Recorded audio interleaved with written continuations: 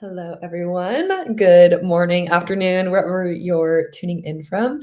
I'm so excited for today's session with Hedia. We're going to dive into the consumer mind. I think as marketers, we're always in this split brain of trying to think of the marketing side and also the consumer side and brain because we are both. So we're going to dive into some psychological cues that really drive action and how our brain really makes decisions, and then some brand examples. So as people are coming in, we have just a little icebreaker for you. If I can change the slide. So drop into the chat first where you're joining in from, your role and industry, and then also, which social platform do you care the most about right now? And then one word of just what makes you stop scrolling. I'm excited to see some people's answers. Yeah, I'm curious what your social platform is. I can kind of assume, but Going about mine? yeah. Oh, well, I think, yeah, probably you could guess that one. LinkedIn is up there, definitely, especially this last year. But I'm slowly enjoying Instagram and TikTok like almost the same amount now because they're both providing so many more updates. The algorithm's better. So yeah, I like them as well a lot Yeah, more nowadays. What about you? I would say the same. I think as a marketer, definitely LinkedIn, but as a consumer, definitely Instagram, right? Because Yeah, going on LinkedIn for kind of my doom scrolling or for yeah. finding my next favorite product. But Instagram and TikTok for sure. Yeah, well, thank you very much for finding me on LinkedIn. See, it does work when you show up on there. Come Yeah. across Aniston. Also, I see someone's from Oregon, which is amazing because I'm also from Oregon, but I'm in Texas, so love to see people from South Dakota, Yeah, we have Oregon, Germany. Germany. Okay, we have Facebook. Someone else said, dare I say Facebook? Honestly, that it's interesting that you say that though, because at the end of the year, we released our 2026 social media study, and we saw like over 50% increase in reach on Facebook, especially for Reels. And I think it's one of those platforms that people, kind of put to the side as kind of a back burner of marketing. And it's kind Yeah, of left a hole and a gap for people that are active on it, that have their audience on it to, leverage it. So yeah. really I think you interesting. need to know your audience as well. Do some research. You never know that a lot of them do live on Facebook, and a lot of them, yeah, a lot of them probably even check things like Reddit. So you need to just find where they are and make sure you appear there as well, so they can find you. So Laura saying what makes me stop scrolling is my reading challenge. I That love that. Yeah, I wanna hear more about that because that would definitely make me stop scrolling too. Yeah, to be fair, what makes yeah, so I feel like I need to actually read more, so I'm trying to reduce my screen time as much as I can, but, I'm still on the same book that I have been for the last, like, 2 weeks, so it's not good, like, I need to step up my game. Okay, well, as we continue to go through, if you still wanna say where you're joining from, your role, and then also your favorite, platform, feel free, and then also, what makes you stop scrolling. But I love to see people from all around the world, Poland, Canada, Puerto Um, Rico. oh, Victoria. Really cool to see. So thank you guys for tuning in. Like I said, for those of you who were maybe not here yet, just really excited for today's topic. Hetty and I have been collaborating for the past few weeks and kind of just been every time we talk, I don't want to get off the meeting because we just kind of get in these tangents of like we're both fascinated by the psychology side of marketing. So Yeah, some really, really cool insights today, some great examples, and then also just some takeaways of what this means for social media and marketing. yeah, So before I pass the mic over, here's kind of just a quick run through of what today's going to look like. So we're going to break down kind of the neurochemistry of how the brain really makes decisions, consciously or subconsciously. and then some of the psychological cues that drive actions and consumer behavior, how this translates to social media and marketing, and then from the psychology to strategy, how we can really, include kind of these psychological aspects and cues into social media and marketing strategies, and then some examples in action. And at the end, we're going to have a Q&A, so feel free to drop questions in the chat, and we'll get to them at the end. But of course, if you have any comments throughout, feel free to leave them in the chat. All right. Our wonderful speaker today, I'll pass the mic over. Hi, everyone. I'm honestly really happy to be here, but I've never spoken to Aniston until like the last 3 weeks. So just being able to take this opportunity to share something I love yapping about, it really it just gives me a lot of joy, I can't lie. So I am just going to start off with briefly introducing myself. So when I first started my university degree, it was in psychology and business. And after I graduated, it was like peak of COVID time.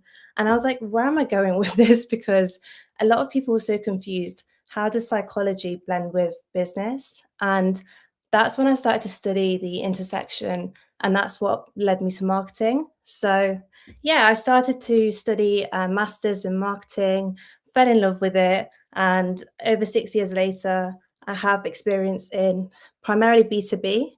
And specifically, the human first marketing is where I feel like I really flourish, and I can find that psychology really does blend with marketing a lot, and you'll find out very shortly how that comes into play.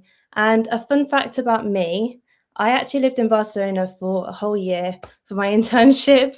I don't know much Spanish, so please don't test me, but it was one of the best experiences ever, immersing in a new culture and country. Yeah. So yeah, that's a bit about me. Amazing. Love to hear it. Yeah, one of the things that we both connected on was living in Spain for a year. So, Yeah. yeah. Your Spanish is better than mine, though. All right, So, let's dive into it. yeah. How the brain really makes decisions first. Yeah. So just want to quickly kickstart this because I feel like before you guys can really delve into it, it might help actually thinking about your own buying behavior. So please just drop it into the chat. When you last bought something online, what happened first? So out of all these statements, was it felt right instantly and then I just justified it? And then is it B, is it I compared options, I was logical first? Or was it C, both at the same time, emotion and logic together? I'm very interested to know what Yeah. you guys come up with. As we were talking about this, I think that your answer, one might call out kind of your personality and also maybe Yeah, your generation. Because I think different generations have kind of, overall, generally speaking, different consumer behaviors and buying for behaviors. sure. So for me though, probably A, because I see something on TikTok or Instagram, and especially that social proof piece, if it's Yeah, an influencer that I trust or a brand that I trust, then you kind of instantly want to jump on that train and then justify it later of so we have I completely agree with that. I'm probably one of the biggest impulsive so decision makers ever. So, but interestingly, we've got some C's coming through. So, emotion and logic together. I wonder whether that's like if that's changed over time as well, though, because I can imagine a lot of factors, like, economic factors, for example, might make you a bit more logical first before you make that purchase. So, yeah. Tara said, "A, sometimes I fail to justify it," is also true. Okay, a lot of C. Are people just saying this, or is that how I they it's like social conformity. Like once you see a few C's, you Yeah. just have to jump on that. But like I said in the beginning of, we're kind of as marketers in this split brain of Mhm. we have the understanding of, maybe not fully in the breakdown as we're going to show of neurochemically, but we are aware of, how emotion can drive that Yeah, consumer and buying behavior. And so we do sometimes have to think logically about it. So yeah. I Okay. think what's interesting though is that no one's picks B. Yeah, So I think that already says a lot about where this is going, because everyone can at least connect with the fact that emotion is a big driver. And yes, I guess we're all quite sensible. We're now considering the logic simultaneously. So that is very reasonable. But knowing that like no one's picked B, it's very telling. 100%. This is also a really interesting call out. Mhm. Recent economies have moved me that way for survivability. I think I'm seeing that a lot in patrons. That's another thing we're gonna call out of, how I guess buying behaviors have changed with Yeah, morality, with the economy. So yeah. yeah. Yeah, I feel like definitely. I kind of studied this as my dissertation about ethical consumption, and one of them was about how it's difficult to buy certain things because of price. Mhm. So I feel like from that time up until now, when things have changed, like your environment's changed, your beliefs have changed, the prices on the tags have changed, and Yeah, yeah, it a lot of 100%. them have an influence. So okay, that's interesting. Let's jump onto the next slide Yeah. and talk a bit more about the neuroscience, because guys, there's so much to unpack, but I'm not going to bore you. I want to make this as relatable as possible. So feel free as well to use the chat whenever you want, because I want to make sure that this is as tailored to you and your buying behavior as possible.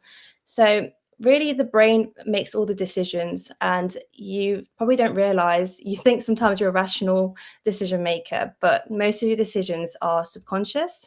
So the emotion leads and logic follows, typically. I mean, for you guys, it seems to be both together, which is great.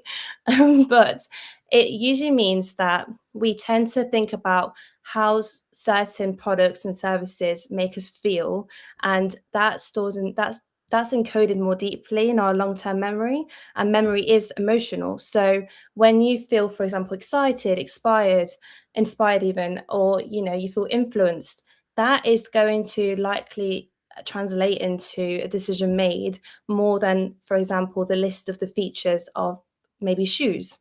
Mhm. So put it in the chat box. I just want to know, when you last thought about buying something, did you compare it across 10 different options, or was it just that one product you saw and it felt right, so you went ahead and bought it, or you were thinking about buying it? I'd love to know about what you guys go and answer this one with. Yeah. For me personally, which also plays into the kind of emotion, is Mhm. I got recommended a book, about tarot reading actually because one of my friends, I was like, "Oh, I like to pull tarot cards, but I feel like I don't understand it." And she's like, "Oh, you have to get this book. I love it." I'm like, "Perfect. Yeah, Added to my cart," because I trust that person, I trust their opinion. But it is an emotional thing because if they liked it and they enjoy it, then, I yeah. internalize that. I'm like, "Okay, I'm gonna enjoy it too," rather than comparing different options. No, I love that. And to be fair, I've got a recent example. I'm just trying to get into my running, and I didn't know what to do about the fact that the Apple Watch was not tracking my runs very well. The Mm, more you run as well, the more you have kind of like a competitive behavior just with yourself more than anything, because you want to get the new PBs every time. And everyone was saying, "Oh, the GPS isn't as good on Apple compared to Garmin." I'll mhm, tell you now, I didn't even consider any other type of watch. I went ahead with the Garmin. That was enough for me to be convinced. And all I was thinking was, okay, the GPS is better, which means it's going to be more accurate. And then I'm going to feel better about the runs. And then I'm going to continue. And then I'm going to have that feel good factor as a result of the new PBs. So that's my thought process, which is why I think that you don't realize a lot of the time you are making irrational decisions because of the fact that the emotion is so involved. And yeah, someone said I do for Amazon products, but not for book launch campaigns, which mhm. is interesting. Yeah, And also the higher the price, the more I compare. yeah, Definitely for more expensive, investment type purchases, I compare. So again, because there's a higher risk, with those purchases. So hmm, really interesting to see. that is very interesting. So, when it comes to the chemicals, there's a lot of neurochemicals that come into play. Just want to quickly start off with this big statistic that when I do talk about emotion, it actually is 70 to 90% of your decisions that are emotionally driven. So when we're thinking about even the context of marketing, which we'll delve into very soon, it is such a big elephant in the room. You cannot ignore the fact that your emotions are a pivotal part of your decision making. And then as a marketer, you've got to consider, how do I tap into that so that my consumers are feeling something as a result of my campaigns, for example. So just have that in the back of your mind, but we'll talk about that shortly. So when it comes to the happy chemicals, they're not really happy chemicals, but we call them that. There are a few different ones that once the brain is activating one of them, it releases certain emotions, and then that can be as a result of specific content. So for example, with dopamine, it's to do with anticipation and motivation. So great examples are like teasers, countdowns, something that's going to make you feel anticipated and motivated, want to know what will happen, if I tune in and see where the countdown will lead me. Or like oxytocin is more to do with trust and emotional bonding. So these are more to do with like thought leadership posts, more to do with the lead of the brand showing up, because then you can trust the brand a bit more. And social proof as well goes hand in hand. And serotonin as well, belonging and social validation. So like user-generated content, more community-driven content as well. That's really important. And endorphins is to do with please and feel good moments. So that's like the more lighter, humorous content that you can just, it's mainly to do with things like you see on TikTok with the lighter content. You just associate with it a bit more on the days that you don't want to think too much about something. And these ones will probably trigger more endorphins than something else. So yeah, it's good to know about this, because it's not that we want to manipulate people, but it's just showing you how important the brain is in the decision-making process, and we can't ignore that. So the best kind of marketers are the ones that will activate one of these neurochemicals when you're looking at their marketing. Yeah. I'm even thinking about different pieces of content, or, as we talk about kind of content pillars all the time, it's Yeah. like you can almost think of each of these chemicals related to a different content pillar. You know what I mean? Like you called out kind of anticipation and maybe the timeliness of campaigns, or the thought leadership, or UGC. All of these different kind of, buckets of content can be related to these neurochemicals, which is really interesting. Yeah, there's loads. You definitely don't realize that you're probably activating one of these happy Yeah. chemicals as well. So now that we've learned a bit more about the brain and how it's wired, it's really important to know about the psychological cues that drive these actions. And psychological cues are essentially shortcuts that activate the brain and the different chemicals. So how they show up in content is really important. We've got a variety of different cues. Also, feel free, guys, in the chat box, let me know when you think about certain cues, if any of these brands come to mind. So when I'm thinking about visual cues, for example, with color psychology is really important. You associate certain colors with certain brands. So McDonald's, for example, the red and the yellow. And, we've got also KFC with the red, and then you've got Kentucky's face. So that's part of visuals. It's like I've also put on this slide that our brains nowadays, we've got our concentration span is so bad as it is. But even more so nowadays, we're focused more on visual information, and we process it way faster, 60,000 times faster than written content. So that just really shows how important, how crucial it is to have more visuals in your content. And then if you have text on top of the visuals, which is why reels with captions, TikToks with captions, they're performing so much better. That's when you can heighten the impact and optimize the success out of it. So yeah, visual cues, we've got social cues. So for example, we had someone talk about Amazon products. If you go on Amazon and you're seeing the reviews and it's like 4 or 5 stars, you might be a bit more inclined, right, to buy something than if it had 2 reviews or none at all. So that shows that these are giving us that comfort, these cues that we're making the right decision. Emotional cues, I mean, we're hearing storytelling more than any. Oh, we lost her. She's Hello? back. I'm back. Sorry, it went off for me, and then I was still in the No worries, no worries. screen.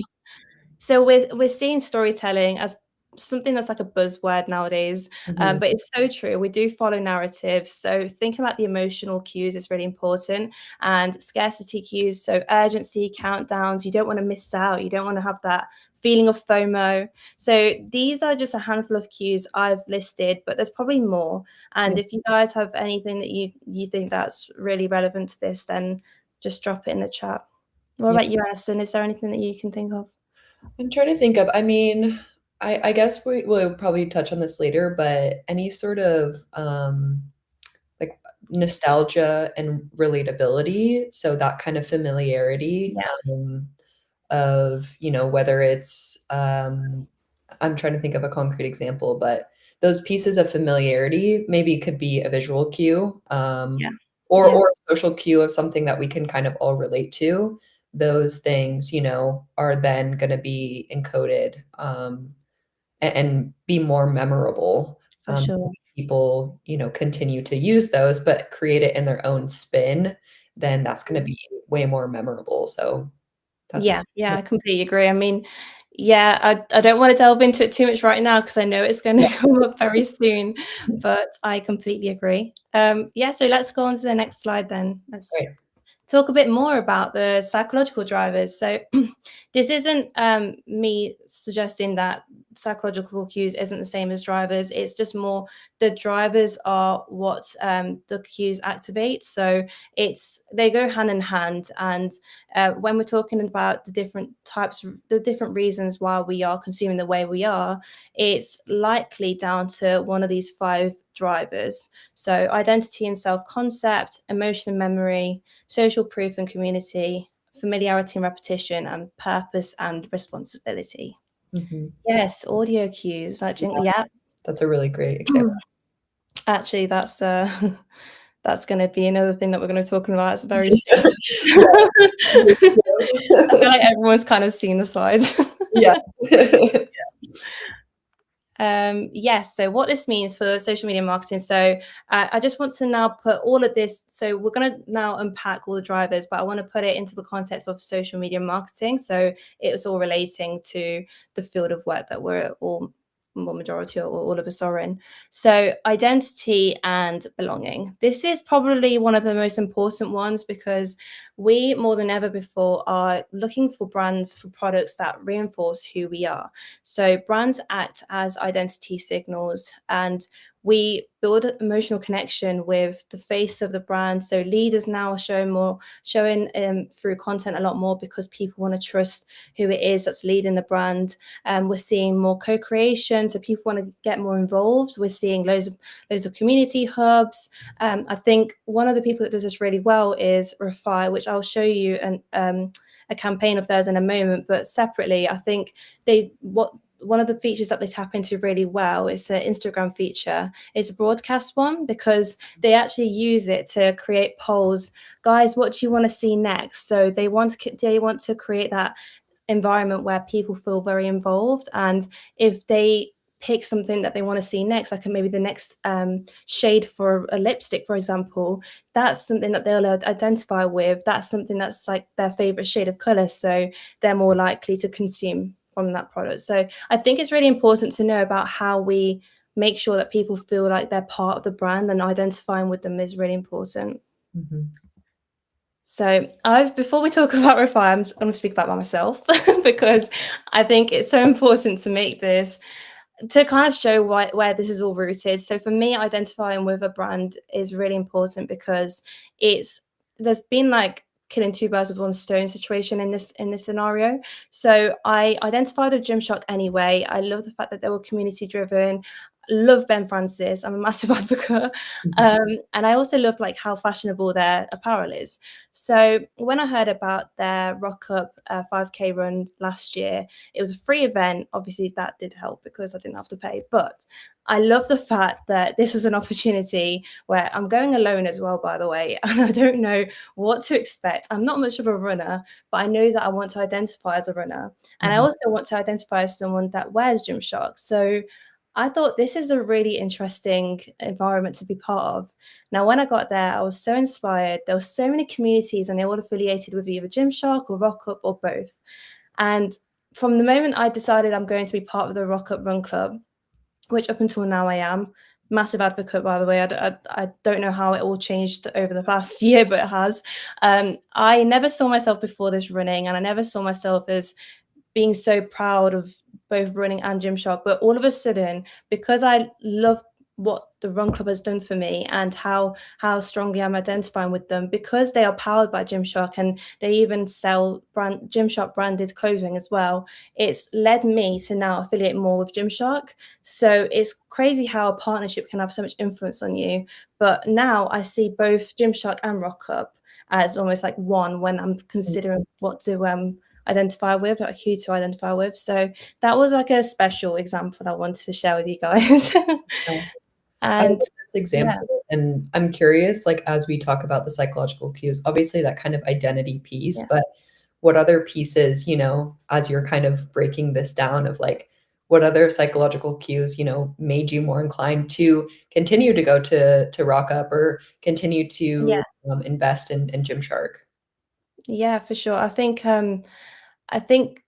for me, it's just feeling very proud to be part of a community, and Mhm.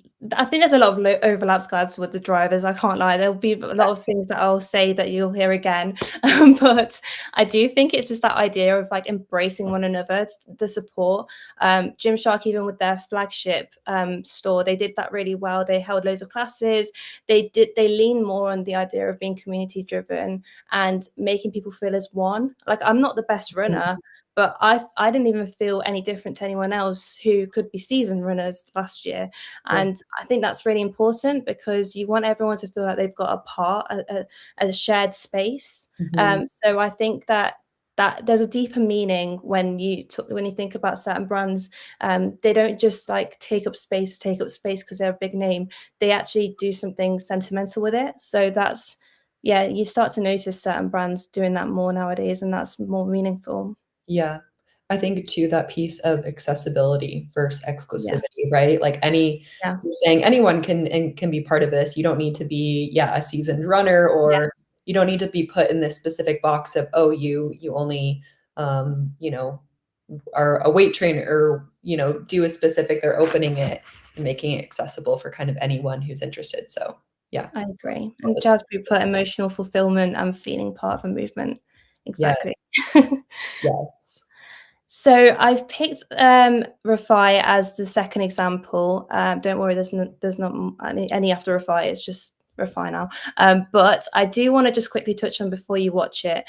Pay attention to their choice of women, like who have they gone for, and think about when you start watching this. It's only going to be 20 seconds of the clip, but what do you see them representing, and what do you think, what was the reason behind this kind of decision? Like, do you think that there was a deeper meaning behind what they've done? So yeah, Mhm. let's play the video. Iconic never gets old. It gets redefined.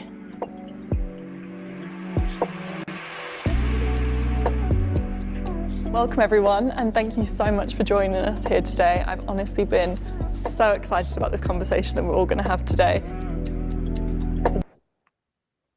Okay, so I guess like I want to just like open the floor for any opinions before I delve into this. Just I want to know if anyone has any opinions on this.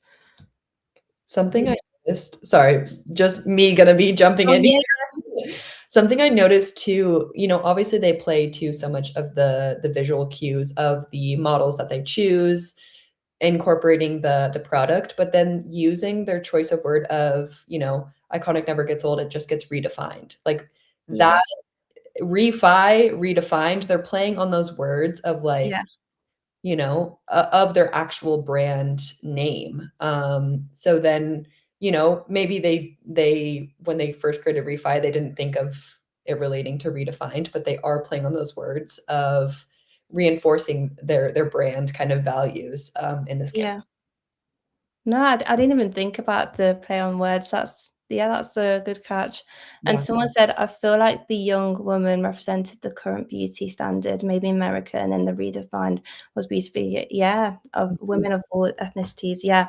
I think I love how there's no tokenism, there's no cliches. They're representing women of any age, and they're probably also for younger women, they're probably idealizing their future identity. Maybe they want to feel this beautiful at that age as well. So it's got like layers to it. And I definitely think that, yeah, including Jess Hunt, which is, there's, you know, Jess Hunt is the face of Refi, but also just putting her in an environment with mature women and showing that you can be beautiful at any age.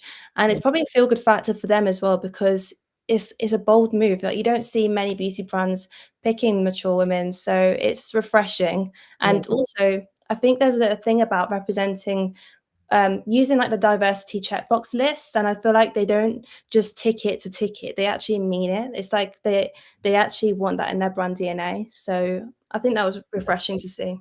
Yeah, I love this example. I think too, you know, a lot of beauty brands are kind of, there's an underlying thing of, if you use this, you will, you know, you kind of have to use this to be beautiful or feel beautiful. And they incorporate the product in a nice, you know, subtle way of saying, this isn't necessary, but it's going to give you more confidence and also redefine, and you can be any age. Yeah. It doesn't matter your age or your ethnicity or, you know, who you are.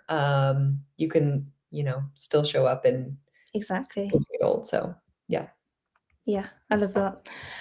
Okay, so how brands deliberately create emotional memory loops. So emotional memory patterns is one of the drivers.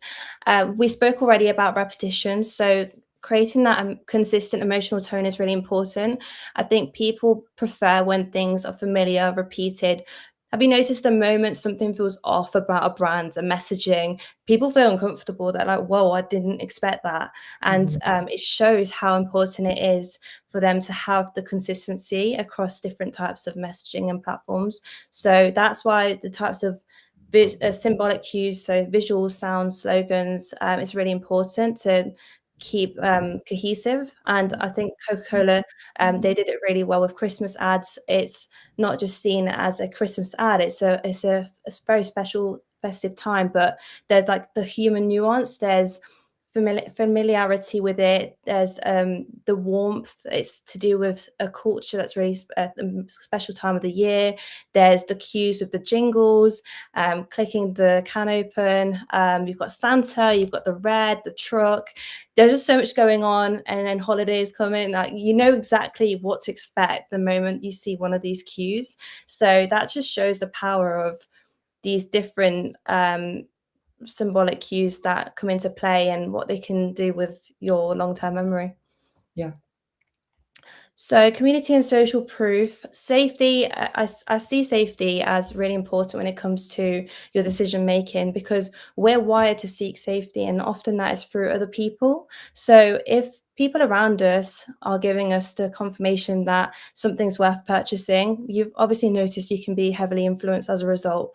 And to the point that 92% trust recommendations from people over brands. So it's no longer a nice to have as a psychological cue. It's essential. People are leaning on other people's opinions, and it taps into a theory, psychological theory called social influence theory, where they say that you often imitate those around you because it validates your decision. So if you see that someone else is doing something, okay, so why not me? And that's enough sometimes to decide that that's an acceptable behavior decision, and also ties into a bigger concept that community is also really important. So if you see more people in the same circle doing the same thing, then you're likely to also follow that same route. And just an extension from the previous slide, cultural belonging and trend alignment. So I have put an image of Crocs here because I think it's an interesting one. They resurfaced the internet, and they're not necessarily cool. I wouldn't call them very, but they've trended again because it's trends are acting as social shortcuts. People find it now socially acceptable to wear them again. Does anyone have a pair? Because I've fallen into it, I'll be honest. I ended up buying a pair myself. I was so anti-Crocs for the longest time. And then I changed. I didn't necessarily change because I liked the look of them. I changed because I was sold that feeling of convenience. I can quickly slip them on and walk out the house. I was sold the idea that, you know, you can put on the different, what are they called, the jam things. It's just silly behavior, but you fall into it because it's trending. So you don't realize this is what I mean by a lot of our decisions aren't rational. Exactly. Yeah, I was going to say that it has such an emotional piece because people feel so polarized about it, or Yeah, they kind of love it, hate it, but overall it's a funny, kind of light-hearted, movement, or however yeah. you want to call it, or product. So again, that emotion kind of takes over the logic. Yeah, for sure. I agree. And interestingly, it's very easy to disconnect. So thank you so much, Alison. You're jumping the gun. So is it Sorry, quick? I'll stop It's fine. it. Feel like I was trying to keep up. You can easily disconnect with people, and one of the ways of doing this is the big buzzword AI. I love AI for a lot of reasons, but misusing it can really jeopardize your brand. So give this Coca-Cola campaign a watch. It's the AI version last year they created.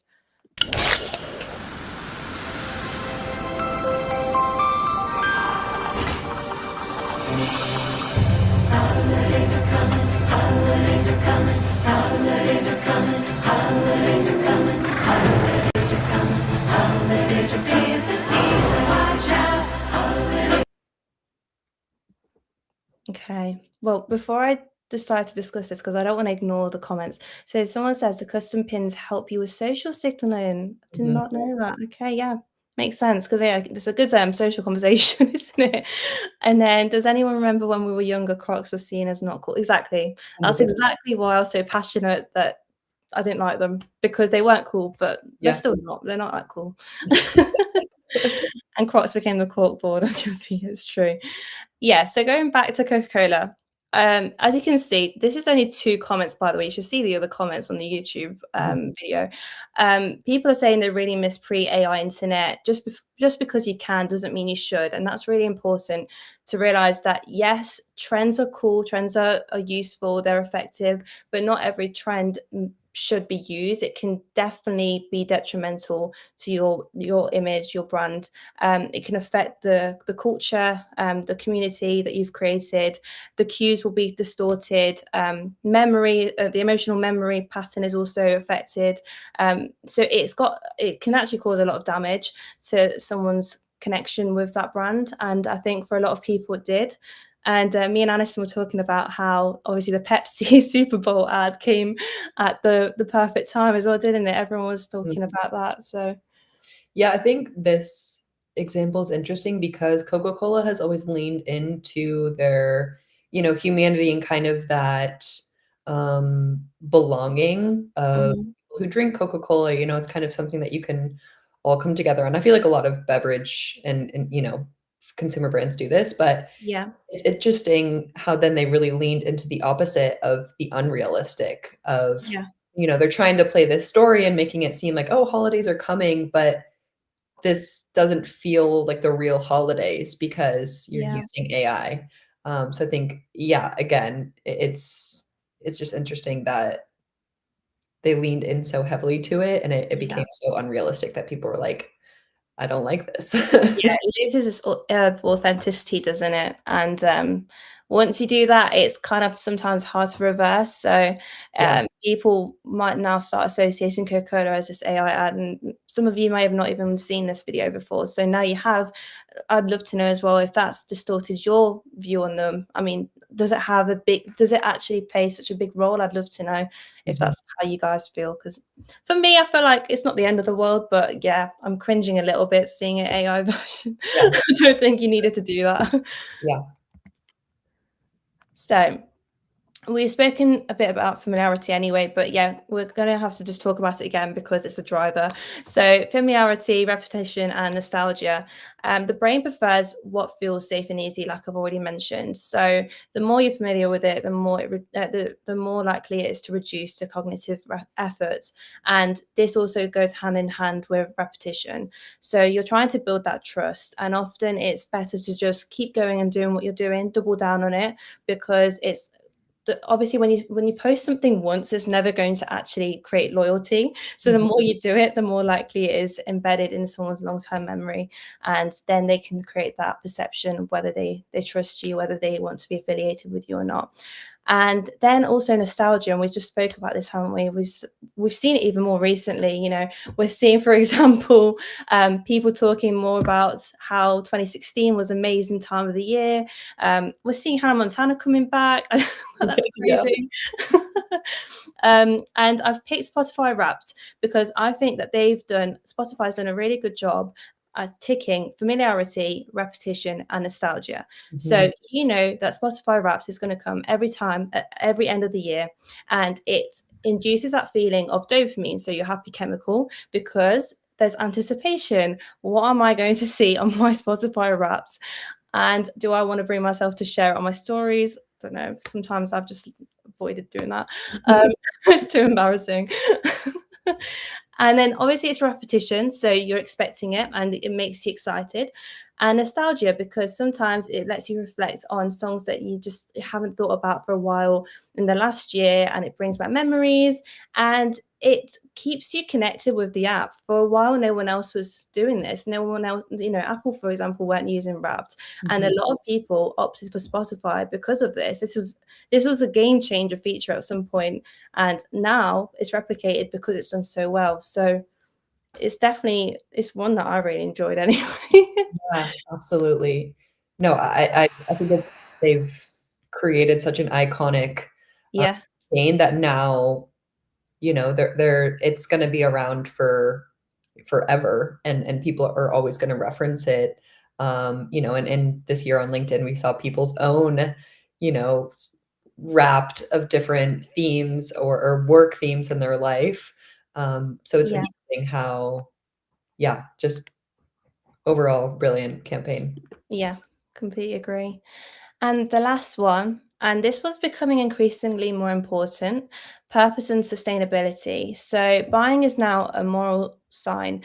A lot of people are looking at this, crosses over with identification, but a lot of people are now thinking about their beliefs and what kind of brand they want to associate with that reinforces their beliefs about sustainability, more ethical decisions, and it makes them feel proud. It allows them to embrace who they are. And I think a really good example is Patagonia. They always really push the sustainability piece. And if anything, they actually encourage people to not overconsume. And by doing that, you're actually deterring people from buying more from you because you're saying, I don't want you to overconsume. So that actually shows where their moral compass lies, and also it shows that they don't care so much about revenue if they're actually encouraging you to not overconsume. So it's actually a deeper meaning as well, because people now start to see Patagonia as a brand that they can trust because they know that they actually to some degree care for them and they care for the environment. So this also reduces that internal conflict. They don't have to be so concerned about affiliating with a brand that then does a 180 and then they go against everything they believe in. If they've consistently showed this belief and it's something that they really strongly align with, then they continue affiliating with that brand. So Patagonia does that really well. Yeah, I think too, because they have reinforced the piece of not over consuming, being thoughtful about your purchases, that in turn relates to their brand, because their brand does have expensive products, and it's not going to be something that you just splurge on and have, walk out of the store with 10 different Patagonia items. I mean, unless you're, that's your brand and that's where you're going to go off. But right, like they're reinforcing that you should be thoughtful about your purchasing decisions. But then because it's high quality, because it's sustainable, because they're giving back to and really reinforcing their moral and, kind of ethical values, that it justifies that purchase. So exactly. There's a feel-good factor that introduces when you're buying from a brand that has all them kinds of beliefs, and then you can really proudly wear their products and say, I bought from a brand that believes exactly what I believe in. And someone's already said as well that we're seeing that generation having a lot of economic buying power now as well. So that's interesting. Yeah, It's true. Things are shifting quite a lot, especially I think our generation is being more conscious of this. Yeah. So from psychology to strategy, now we've laid all the foundations. Let's see how brands are using specific tactics to bring the psychology into their strategy and create powerful movements. So storytelling, the buzzword we spoke about, as a growth strategy. Now, I think this explains now more than anything. If you didn't already think that storytelling wasn't important, after everything we've just covered, I think you can see why. Because obviously stories, they intrigue all of us. They create that emotional memory. You could probably see a TikTok. Do you remember the lady who had like 50, 60 episodes about her ex-boyfriend, the narcissist? I mean, she's not a brand. She's just a human being that came onto TikTok. But the way everyone tuned in, I'm guilty, I did, but we tuned into every single video, and that was time consuming. But because it completely made us invested, because that narrative is enough for us to want to continue and follow the story, want to know the next chapter. And that's how a lot of hello. Hello. And It's not liking us today for some reason, but we're still okay. So that's why it's really important to tap into storytelling, because our brains are wired for stories, and we're seeing, like I said, nano and micro influencers. So that lady on TikTok, she could have been a nano influencer before she posted all of that, or she could have built her platform as a result of them stories. It's just a very easy way of being able to hook someone in, and it taps into the emotional cues very, very well. I've got an example here. So Duolingo, and we've seen how Duolingo, with their unhinged, their meme-driven social media marketing over the last few years, they did incredibly well. So much so that their monthly active users went from 40 million in 2021 to 100 plus million by mid 2024. Obviously, that could have changed after they announced the death of Duo, but we won't talk about that in too much detail. The point is, up until that point, they did incredibly well at bringing this mascot to life. They humanized, they made us feel very connected. We generally almost forgot that it doesn't exist, it's not real. So that's probably why when the death was announced, it was a massive shock, and we almost forgot who we are for a second. We were going crazy over a death that didn't exist, that wasn't true. And I think also we're speaking about play on words, but I loved how they created this relationship, this fantasy over them with Dua Lipa, and this whole weird couple energy. Because I think using a name that's so similar to yours, it's that bringing that familiarity, that repetition, and that's exactly what I mean by using certain cues, being very strategic about what you pair things with. It's going to have a long-term effect on people subconsciously. So I thought, yeah, they did really well. Yeah.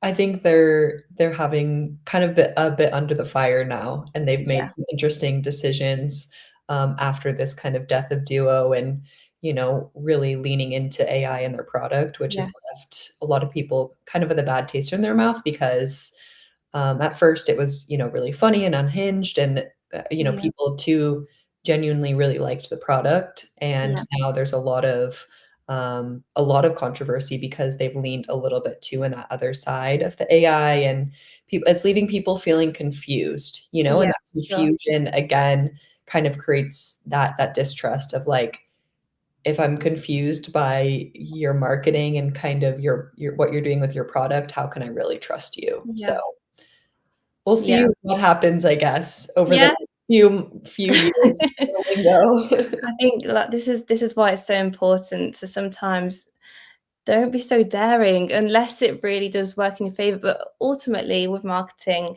it's trial and error. A lot of things you won't know until you test it. You let it brew a little bit, and then you see if it sticks or not. But if it doesn't stick, it can sometimes feel irreversible.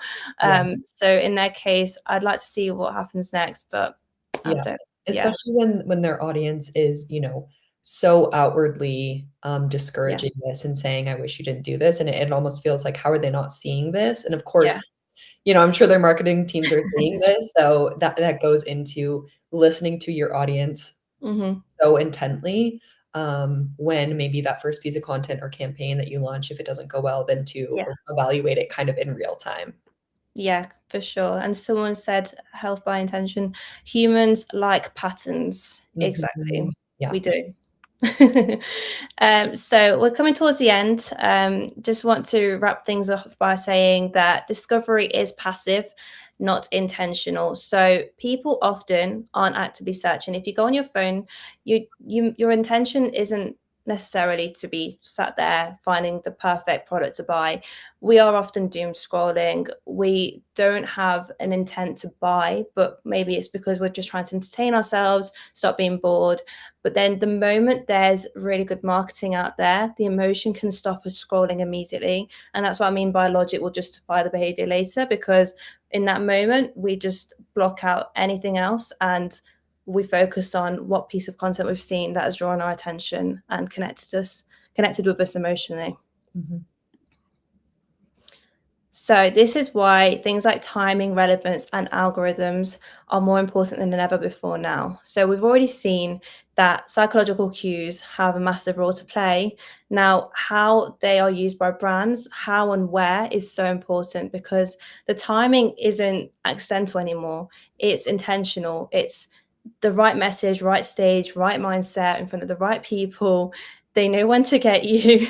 We hear it even, from in-person conversations as a result of something that we've said, seeing it now on our paid ads, for example. It's crazy.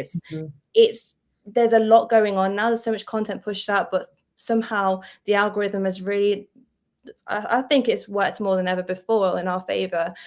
We're seeing way more personalization, native formats that the platform are wanting to push, and the relevance as well. We're seeing that they're able to switch our decision-making process on faster than ever before as well, because of how the content is so aligned with our behavior, interests, and emotions. So yeah, and I actually think even, for example, like Instagram, the way that they're so big on carousels and short reels is because our concentration spans are short, so we want short reels, and we love a story, and carousels feel like a narrative. We're just swiping through and looking at all the different slides. So I don't think that's accidental or just a random trend. I think that makes sense because of our memory and how we behave. Right. Absolutely.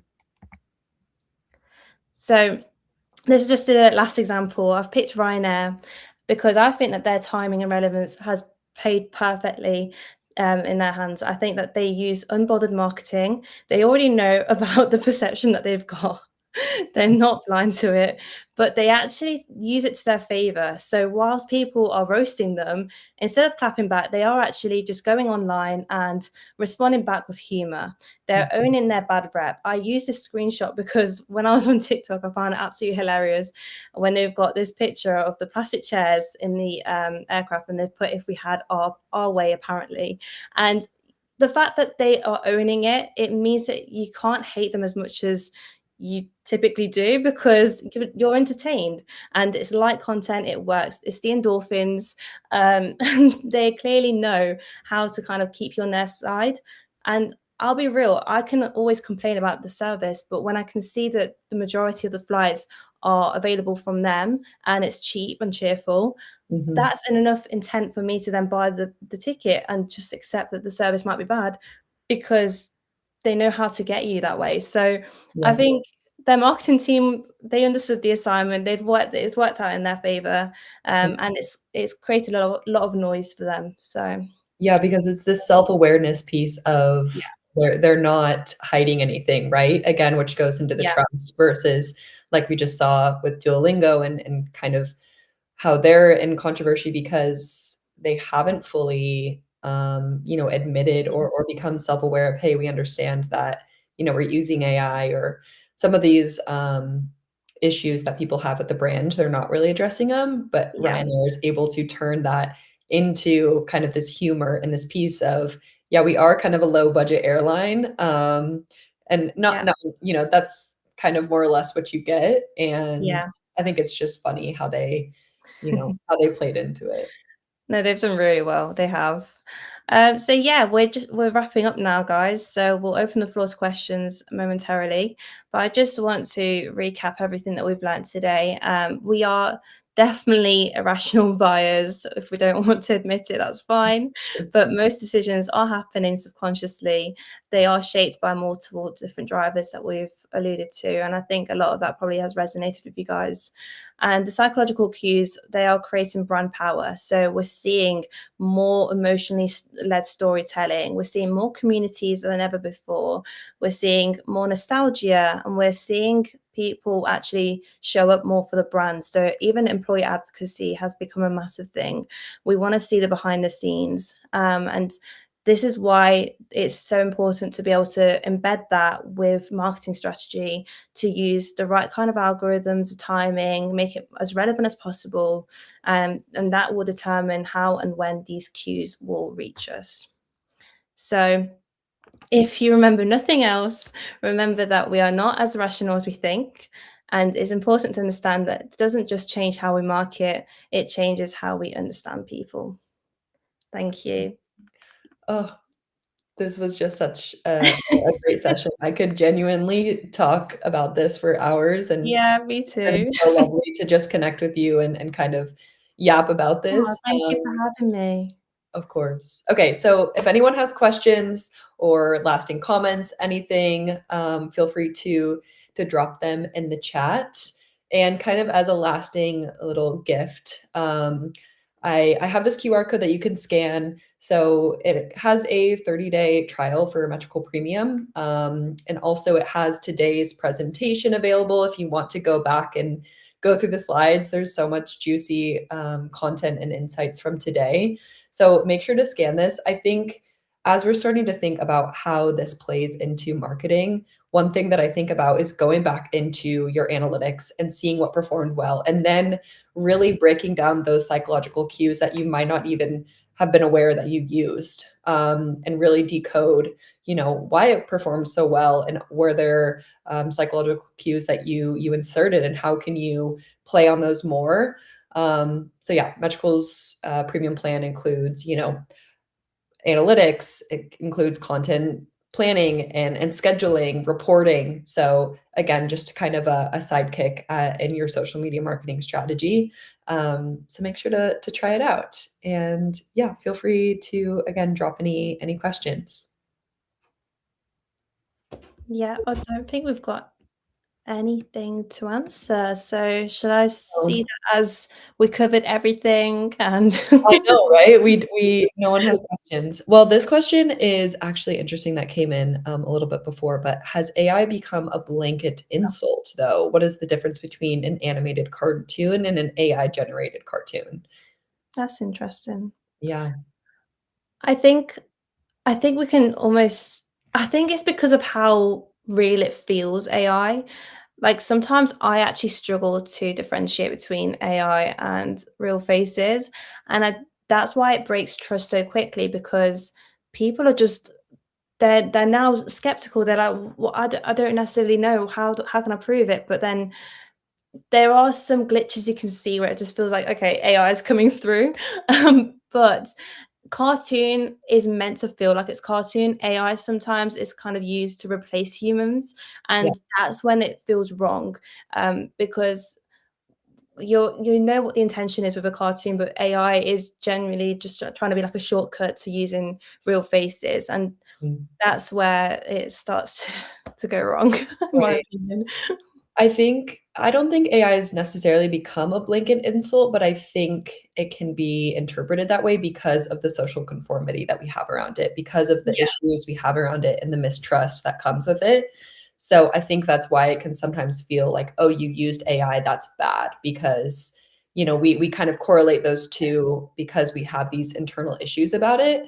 Um, I so I agree. don't know if I can, it necessarily is a blanket insult, but I think it can be interpreted that way because of kind of the social conformity piece. Yeah, that's the best way of describing it, yeah. I think AI is great for a lot of reasons, by the way, guys, but I just don't think it should replace humans. I think it's so cringe. Sometimes on my LinkedIn, I see like AI generated comments, and I'm like, well, why couldn't you have just said that yourself? Like, Right. it's a shame because I actually want to get to know someone and not this AI piece behind them. Yeah, That absolutely. yeah. How would you Okay. recommend triggering emotions without exaggerating or feeling like emotional manipulation? Mm, I think it's knowing your audience really well.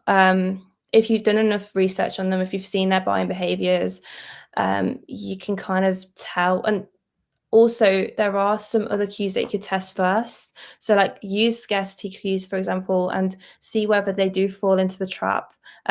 Sometimes there's enough cues around you to be able to use ones that are more appropriate to them. And I think that emotional-led storytelling, for example, does well all the time, and people don't feel manipulated because it feels authentic. So I think it's making sure that you don't lose that authenticity behind everything that you do. So long as it's true to what you believe in, and you're trying to give them the "what's in it for me" factor, then I don't think using emotion is a bad thing. People want to connect more than ever before, and emotion's a great place to start. yeah. I think what you said of starting with maybe the lower risk emotions, Yeah, I think starting with that, and as we said, so much of social media is this trial and error piece, and people can lean into a little bit, maybe go too far in the riskiness. So start maybe lower risk, and yeah, see, yeah, what sort of emotions or storytelling or cues, are accepted, amongst your audience before yeah. going super risky and feeling like you're emotionally manipulating because obviously, we don't want that. Hi, Amazing. I've been in this business for 15 plus years now, and I've seen brands grow and die. Today, more than ever, it's important that brands understand that the best performance they will get will be through accepting the role that society and users give them, not the one that they want. Ryanair is a great example of this, and there are others. Keep that in mind. That is true. Mhm. It will, yes, for accepting the role that society and users give them. This is why people want to be more involved than ever before Yep. in any kind of activity that brands create. I think Refi I keep going back to Refi, but massive advocate clearly. Um, they did really well with that trip in summer, taking random girls on holiday to create content. They weren't seen as macro influencers. They just wanted to create that shared space, and I think it's to do with is it like fan love where you show the appreciation of fans and you want to like see them enough times online to start recognizing them? I saw Sophie Miller, head CEO of Pretty Little Marketer, share this as well in one of her interviews, and I thought it's so true because you can see when brands really do care and they want to involve their community, their audience more into what they do. Yeah, absolutely. Okay, I think that's might be all the time that we have, but also someone just dropped kind of the Pixar moment at the end, and such a good example. Like, Yeah. honestly, as we're wrapping this up, a great way to end it of like, at the end of the movie, they have this Pixar moment to make you cry and, wrap out Mhm. the movies with that kind of emotion and moment. So another great example. That was a great example. Yeah. Oh, thank you guys. It was lovely to be involved in this conversation. And yeah, thank you again, Aniston, for having me Thank you on for joining board. all of your hard work and insight that you brought into this. And for those of you who, want to continue the conversation, you can always connect with both Hetty and Yeah. I on LinkedIn. And yeah, it's been a pleasure. We will see you guys next time. And thanks for tuning in.